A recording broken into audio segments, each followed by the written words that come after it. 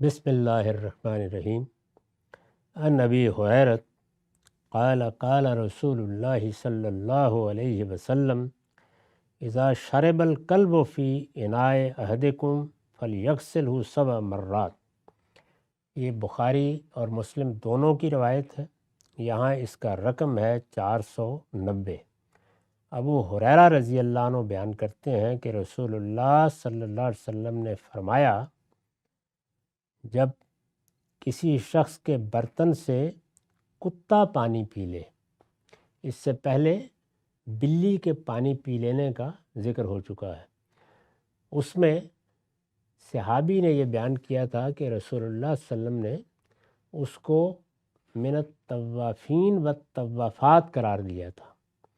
یعنی یہ ایسے ہی ہے جیسے تمہارے اپنے غلام لونڈیاں خدام دائیں بائیں پھر رہے ہوتے ہیں، یہ بھی ایسے ہی گھر میں پھرتی رہتی ہے۔ تو جانوروں کا معاملہ بھی یہی ہے۔ اسی طرح کی صورت دیہات میں چھوٹے علاقوں میں کتوں کے ساتھ بھی پیش آتی ہے۔ سدائے ہوئے کتے وہ تو ایک الگ ہے، لیکن آوارہ کتے چلتے پھرتے گھر میں آ جاتے ہیں، جیسے کہ روایتوں میں بیان ہوا ہے کہ غالباً سیدنا حسین یا حسن کا ایک چھوٹا سا پلہ تھا، وہ دائیں بائیں کھیل رہا تھا اور وہ آ کر رسالت مآب صلی اللہ علیہ وسلم کے ہاں ایک تخت پڑا ہوا تھا، لکڑی کا تخت جس پر لوگ بیٹھتے ہیں، عام طور پر نماز وغیرہ بھی ہمارے ہاں پڑھی جاتی ہے، اس کے نیچے چھپ گیا تو جبریل نے آنے سے انکار کر دیا۔ وہ ایک واقعہ ہے جو روایت میں بیان ہوا ہے، اس کی میں نے وضاحت کر دی ہے اور وہ شائع بھی ہو چکی ہے۔ تو یہاں پر بھی اب کتا زیر بحث ہے کہ اس نے اگر آ کر تمہارے کسی برتن سے پی لیا تو فرمایا کہ اس کو 7 مرتبہ دھو، بہت اچھی طرح دھو کے صاف کر لو۔ اس کو بعض لوگ کوئی مذہبی حکم خیال کرتے ہیں، یہ میرے نزدیک ایسا نہیں ہے۔ کتوں کے بارے میں جب ہم پرانی تاریخ پڑھتے ہیں تو یہ معلوم ہو جاتا ہے کہ ان سے جو ایک خاص طرح کی جنون کی بیماری پیدا ہو جاتی ہے، اس کے تجربات قدیم میں بھی رہے ہیں۔ اس وجہ سے یہ ایک تجربہ ہے جو آپ نے بیان کر دیا، اس کا کوئی تعلق پیغمبرانہ وحی سے نہیں ہے۔ یعنی ظاہر ہے کہ جانوروں کے بارے میں ان میں سے کس جانور کے ساتھ کیا محبت کا تعلق ہو سکتا ہے، کیا نہیں ہو سکتا، کس کے بارے میں کیا احتیاط کرنی چاہیے، کس کے کاٹنے سے کیا ہو جاتا ہے، کس سے کوئی بیماری پھیلتی ہے، یہ سب چیزیں صرف اس وقت ہمارا علم نہیں ہوتی، یہ پرانے زمانے میں بھی ایسے ہی ہوتا تھا، تو اس کی سوائے اس کی کوئی وجہ نہیں ہے۔ دیکھیے آگے آپ نے مزید تاکید کی ہے، یعنی یہی روایت مسلم میں جب بیان ہوئی ہے تو فرمایا کہ طہور اناء احدکم اذا ولغ فیہ القلب ان یغسلہ 7 مرات، یعنی پہلے تو وہی ہے کہ اس کو اچھی طرح صاف کرنے کے لیے ضروری ہے کہ کم سے کم 7 مرتبہ دھو، اور صرف دھونا کافی نہیں، اولاہن بالتراب، پہلے اس کو اچھی طرح سے مٹی سے مانج لیا کرو تاکہ ہر طرح کے اثرات بالکل ختم ہو جائے۔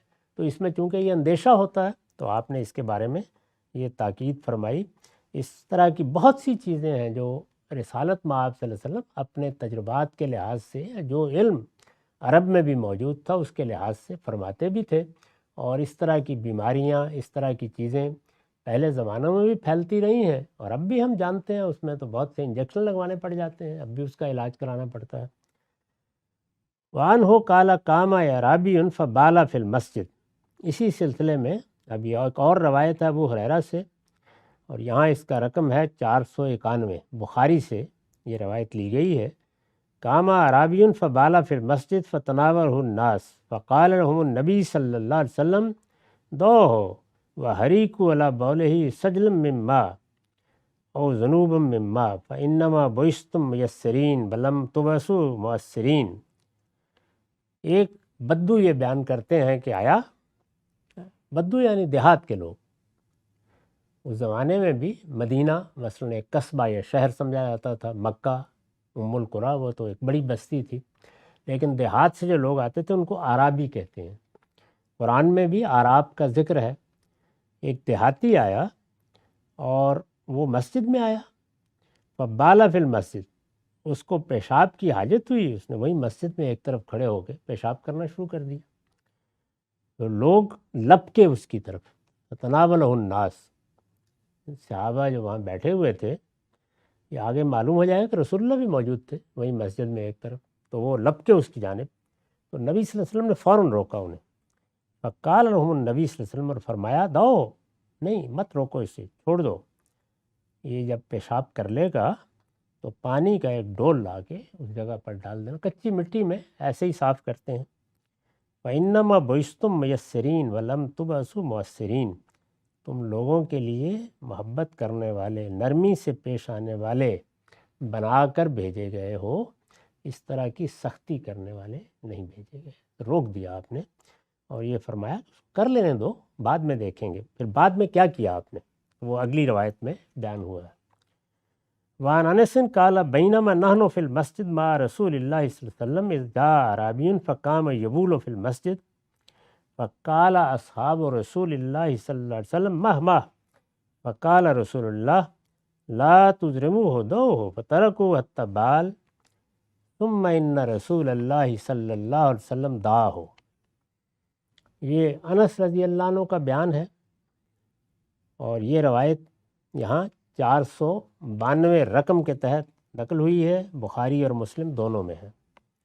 یہ کہتے ہیں کہ ہم لوگ مسجد میں رسول اللہ کے ساتھ بیٹھے ہوئے تھے، مسجد ہی میں بیٹھ کے بات بھی کرتے تھے، نماز کے لیے بھی آتے تھے، فیصلے بھی ہوتے تھے. یعنی مسجد ہی گویا ایک طرح سے کمیونٹی سینٹر بھی تھا مسلمانوں کا. تو وہاں بیٹھے ہوئے تھے کہ ایک اعرابی آیا اور آ کے اطمینان کے ساتھ اس نے ایک طرف کھڑے ہو کر مسجد میں پیشاب کرنا شروع کر دیا. جس طرح پیچھے ہے کہ لوگ اس کی طرف لپکے تو لپکتے ہوئے آوازیں بھی نکلتی ہیں، تو یہاں انہوں نے وہ بیان کیا. فقال اصحاب رسول صلی اللہ علیہ وسلم مہ عربی میں، عربی زبان میں اس طرح کے الفاظ رکو رکو ٹھہرو ٹھہرو جیسے بولا جاتا ہے. تو انہوں نے یہ کہا. فقال رسول اللہ صلی اللہ علیہ وسلم، رسول اللہ نے فرمایا نہیں، اس کو درمیان میں مت روکو، رک جاؤ، چھوڑ دو، دو. تو صحابہ نے چھوڑ دیا یہاں تک کہ وہ پھر پیشاب کر کے فارغ ہوا. وہاں تو فرمایا تھا نا کہ وہاں پانی ڈال دینا، بعد میں صاف ہو جائے گا. وہ فارغ ہو گیا. اب وہ رسول اللہ کے پاس آ کے بیٹھ گیا.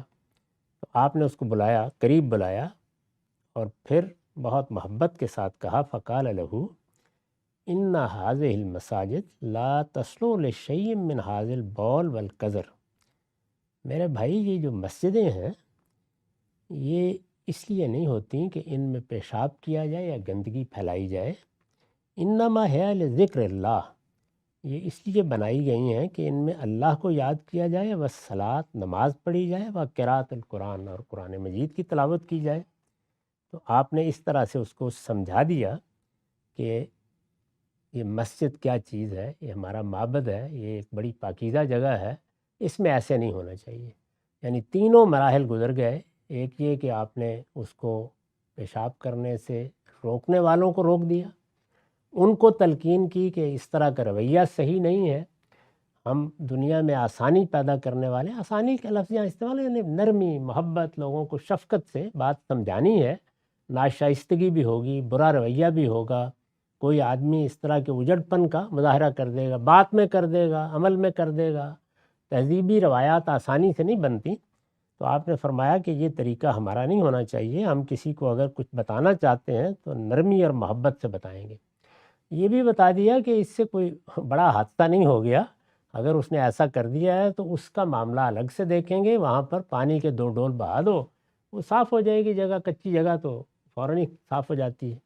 اس کو بلا کر آپ نے پھر بتایا. یعنی یہ تینوں کام آپ نے اس ترتیب کے ساتھ کیے.